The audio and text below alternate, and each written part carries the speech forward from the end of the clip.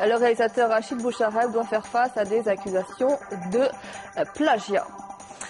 En Algérie, le ramadan a été marqué par une chasse aux non-jeûneurs. 13 personnes ont été interpellées et vont se retrouver dans les jours à venir devant les tribunaux, poursuivis pour atteinte aux préceptes de l'islam. Ils encourent jusqu'à 5 ans de prison. C'est un reportage de notre correspondant en Algérie, Ahmed Tazir. Si le mois du ramadan est terminé, les affaires de justice le concernant, elles, ne font que commencer. Isère Mokran, petite ville de Kabylie, défraie la chronique avec l'affaire des non-jeûneurs.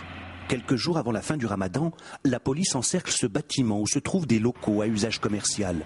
Les voisins se plaignent de la mauvaise fréquentation des lieux et d'odeurs de friture en pleine journée de jeûne.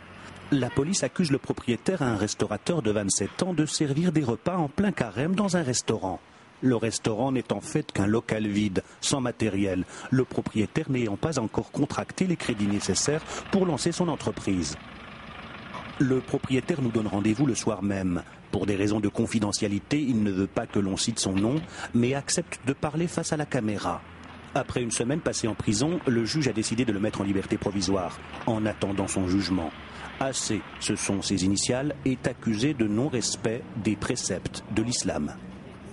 C'est vrai, comme ça, oui, je mange. Je fais la cuisine là-bas, je mange. Je fais à manger à moi. Dans mon local. Mais pas pour les autres. Pas pour les autres. Ils n'ont pas trouvé des gens là-bas qui mangeaient au... c'est pas de me juger, c'est au bon Dieu de me juger. Si j'ai mangé le ramadan, c'est pas aux gens de me juger ou bien à l'État de me juger. Moi, j'ai rien fait contre l'État ou bien j'ai pas critiqué l'islam. J'ai rien dit contre l'islam.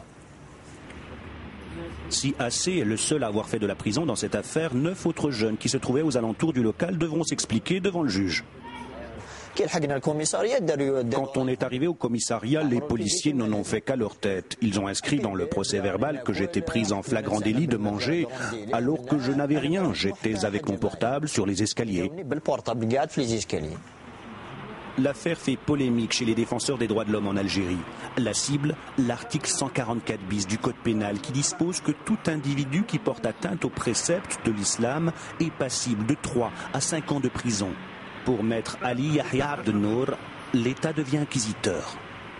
Il n'y a aucun texte du droit pénal qui condamne celui qui jeûne ou qui ne jeûne pas, celui qui applique le droit de conscience ou non. Sauf s'il y a une attaque à l'ordre public, c'est-à-dire c'est quelqu'un qui mange dans la rue, les jeunes le voient, ils le frappent, donc ça crée l'ordre public.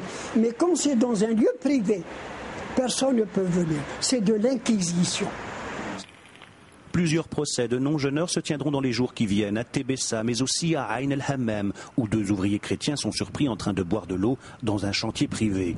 Notre restaurateur, lui, et 9 autres jeunes comparaîtront devant le juge le 8 novembre prochain.